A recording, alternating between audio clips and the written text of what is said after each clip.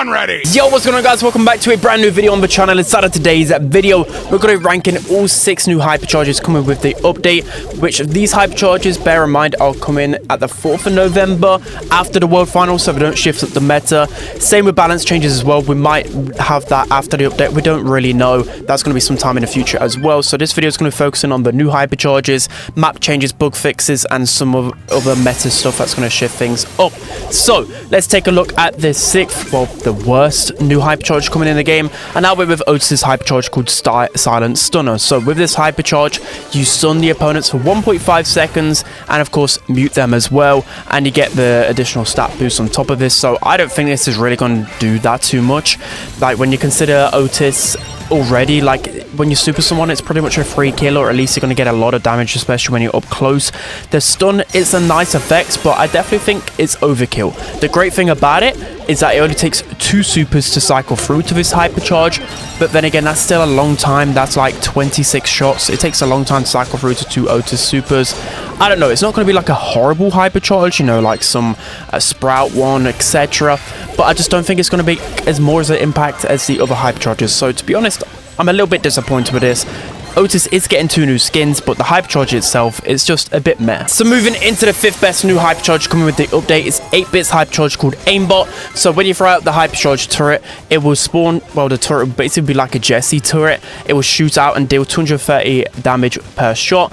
I feel like it's more consistent damage on a Jesse's turret, but the range is very similar, and I just don't know how to feel about this, mainly because with 8-bit's turret, you normally put behind a wall. I know you can't do that with Jesse's turret anyways, but it just feels a little bit weird to me. You normally put the 8-bit turret really far back. For example, maybe you might have to play more aggressively with this. We'll have to see. But I think the big thing is that it takes 2.8 supers to get this hypercharge, and if you know 8-bit, especially in a tough matchup, it takes forever just to get 1 super. So I don't know how to feel about this. Also, his biggest counters, you know, like snipers, throwers, they're not even going to get close enough to receive damage by this turret. The only brawlers it's going to get damaged by are the tanks or just closer range brawlers that are trying to take down his turret. I don't know how to feel. The good thing about him, though, he does get a big speed boost, which is 26%, which is going to help him out in a lot of instances. I think it's a good addition. I just don't think it's going to be near enough as big as an impact as the other new ones. Now moving into the 4th best new hypercharge coming with the update, we have Daryl's hypercharge, and I could not choose between the top 4. All of the top 4 are really good, and I think Daryl's could easily be the best one as well. I think it's going to be secretly insane. So with Daryl's hypercharge, it charges automatically just like Edgar's. It takes about 3 supers to get his hypercharge in general. You got to consider as well, you know, if you knock back people, you get additional charge. You know, there's other small things as well, you know, the hypercharge automatically charging. You can get it much quicker. So I'd say between 2 and 3 supers. But the great thing about this is every time you roll, you spin around and deal damage just like the recoil and rotator, dealing 600 damage. But that hypercharge itself also charges his next super, so you could just basically infinite roll. You got to consider as well 25% shield on top of his shield star power as well. You think of the additional damage you can deal in Heist. I just think he's going to be a rolling machine, and he already is an S tier brawler right now, and I think he's going to put himself right at the top of the meta again, especially if when the hypercharge drops, there's other balance changes to Mo, Kenji, etc. I think it's easily going to be S tier. This is going to be one of the more underrated ones because of the chaining. Yeah, he's going to be dumb crazy strong with the update. So now jumping into the 3rd best new hypercharge coming with the update, we have Stu's hypercharge called Infan. So every single time you pop the hypercharge with a super, you'll be able to continuously spam that super until the hypercharge runs out after 5 seconds. So just like the Stu mutation, of course, but you only have a 5-second window. There's going to be some really OP moments and then some kind of lackluster moments. I don't know how to really feel about this, so I think there's a couple of ways to be a bit skeptic about this, because if you have bad internet connection, you won't be able to feel the great differences with this hypercharge, you get what I mean. If you live on the Brawl Style servers, so there's a website called cloud.info, ping, I think, something like that. But if you type that in, you're able to test your connection to the Brawl Style servers. So essentially, in my region, servers are in Germany. So if you live in Germany, you'll be able to have insane ping and just have so much fun with this hypercharge. And if you have bad internet connection, if you have high ping, I don't know, above 50 to one of the servers, you're not going to really have the most fun with this Hypercharge. So bear that in mind. That would be the big difference in my opinion, especially if you have a gas heal. You can literally spam yourself against the wall and fully heal yourself up.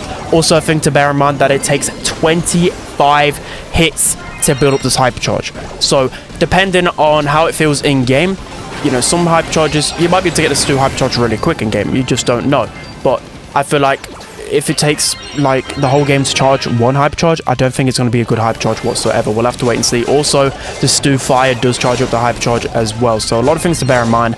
I think the Hypercharge will be pretty strong in the right hands. But as I said, people with bad connection won't be able to feel any good differences with this. So now jumping into the second best new Hypercharge come with the update, we have a Ruff's Hypercharge called the Goodest Boy. This easily could be the best as well because he deals an additional 25% with his super. But the crazier thing is, he gives a free Hypercharge to the person who collects it. Yeah, you heard it right. A fully charged Hypercharge, which is absolutely insane. So your teammate could just use a Hypercharge and then pick up this treat and then get another Hypercharge. There's just so many broken combinations with this. I think the pros are going to have a field day with this. Maybe the average player won't feel like this is going to be the strongest Hypercharge because it does nothing flashy on the eye. But a free Hypercharge is insane. The trick about this as well, what you can do is you can throw out the Hypercharge super with Ruffs, wait for the Hypercharge duration to fully expire, and then pick up the treat again, and then you have another free Hypercharge. You can just keep this cycle up. Of course, if you die, you can keep the cycle up. It's just absolutely broken in my opinion. It takes 2.4 supers to fully charge up this Hypercharge as well. I can just really foresee so much cheese coming from Ruffs. I think it's easily going to be a really meta brawler because of this in competitive. Yeah, I'm kind of scared about this one. So now jumping into the best new Hypercharge coming with the update, we have Penny's Hypercharge called New Lobber. So with this Hypercharge, her turret will shoot out 2 cannonballs instead of 1. And I just think that's going to be so toxic, especially in the new game mode where you're able to throw the turret outside of a zone and then it's just going to do insane damage with the pet power gear as well. But yeah, 2 cannonballs is just going to be crazy. The amount of zoning, especially with the 5 that it leaves behind you.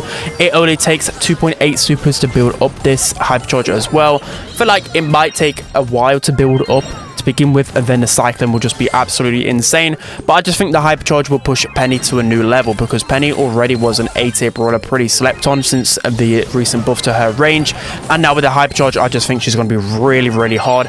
And of course that Penny turret HP was buffed as well a couple of months ago, so it's going to be really hard to take it down for the most part. I think it's going to be a sleeper Hypercharge and it's just going to give so much value, and it's just going to be really annoying and toxic to deal with. So let me know down in the comment section below what your ranking is. So now moving on to some bug fixes and some cool changes as well. So a big change is that Artie's super can now go over water. Like, what? That is absolutely insane. RT already was such a versatile, underrated brawler. Now he can just go over water.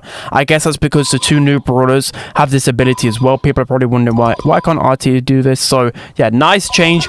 I think this could actually maybe leapfrog him into the S tier. We'll have to wait and see. There's also been a big change to ranked and how the elo system works. So they're trying to make masters more skill based. So they've lowered ranked points gained and the minimum rank point gained from legendary 3 and masters. So I believe the threshold was at least 25. Maybe they've put this down to 20 or maybe even 15.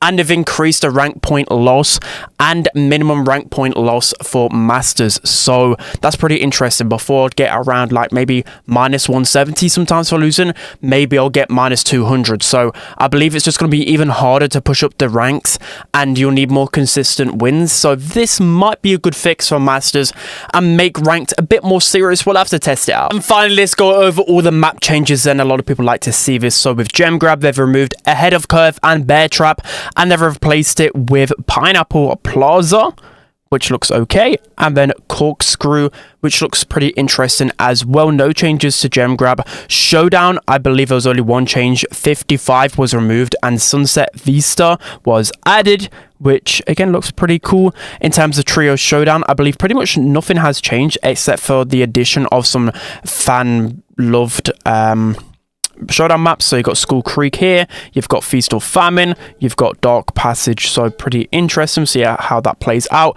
With Heist, they have removed Diamond Dove and added Electric Storm. I think those were the only changes. Bounty, they've removed a few. They removed Hideout, Flank Attacked, and Crowd Strike. They've added XL, Dry Season, and Layer Cake, which are maps we're already familiar with, but re-added back, which I really like. With Brawl then, they've removed Retina and Offside Trap, and they've added Weak Foot, which is, I don't know, probably a bit of a tank heavy map, and then Razzle Dazzle, which just looks like Sunny Soccer by the looks of things, and then no changes to Brawl 5v5, and then we have Soul Collector, which is a brand new game mode. You can see the maps if you want to pause for any of these. This is going to be an interesting game mode. We'll see how this one plays out. It's basically like Bounty, but you just kind of got to confirm the kills, like Kill Confirmed on Call of Duty if you play that. And then we have Spirit Wars, so some interesting maps right here. Again, I'll just fly through these maps so you guys can pause if you need to see whether you'll enjoy any of these ones. The thing to bear in mind, they don't really remind me too much of the Siege maps, to be honest. There's a lot of walls, so I think throws will be very, very dominant on this map. I don't know. The maps can dictate whether a mode's good or not as well, so I'm a little bit disappointed there. With Hot Zone, we've got Local Business and Misty Meadows removed. We've got Rush added, which looks very unserious. And then From Dusk Till Dawn, which looks, again, a little bit unserious. And then with Knockout, I think there was only one change, which was a Deep End removed and Gratitude added instead. I don't think there was any changes to Knockout. I don't think. By the looks of things, yeah, all of them have actually stayed the same, which is interesting. And then with Duels, everything was removed, I believe. All of these are brand new maps from what I can remember. Again, I'm not a big Duels fan. Some of these are probably returning. I don't even know, but there's a lot of new ones. A lot I've definitely not seen before. Pillars of Doom was teleports. We've got Mantis Claw, Line of Defense, which looks new. They're adding ones with these speed things, which I'm just not really a fan of, but yeah, a lot of changes right here. We've also got some bug fixes as well, which I'll quickly go into, and then we'll end off the video. So they fixed Amber's gadget glitch where she can't instantly deal damage to brawlers when they land on top of her, which is pretty nice. There's also been some fixes just to like how things are described in game. Fixes to Lily's gadget, so she no longer remains in the Cordelia super when she uses gadget, and then that's pretty much it. So there's some cool quality of life features as well, but I won't bore you with all of that. So that's going to be it for today's video, guys. I hope you enjoyed. Don't forget to like, comment, and subscribe, and I'll see you guys next time.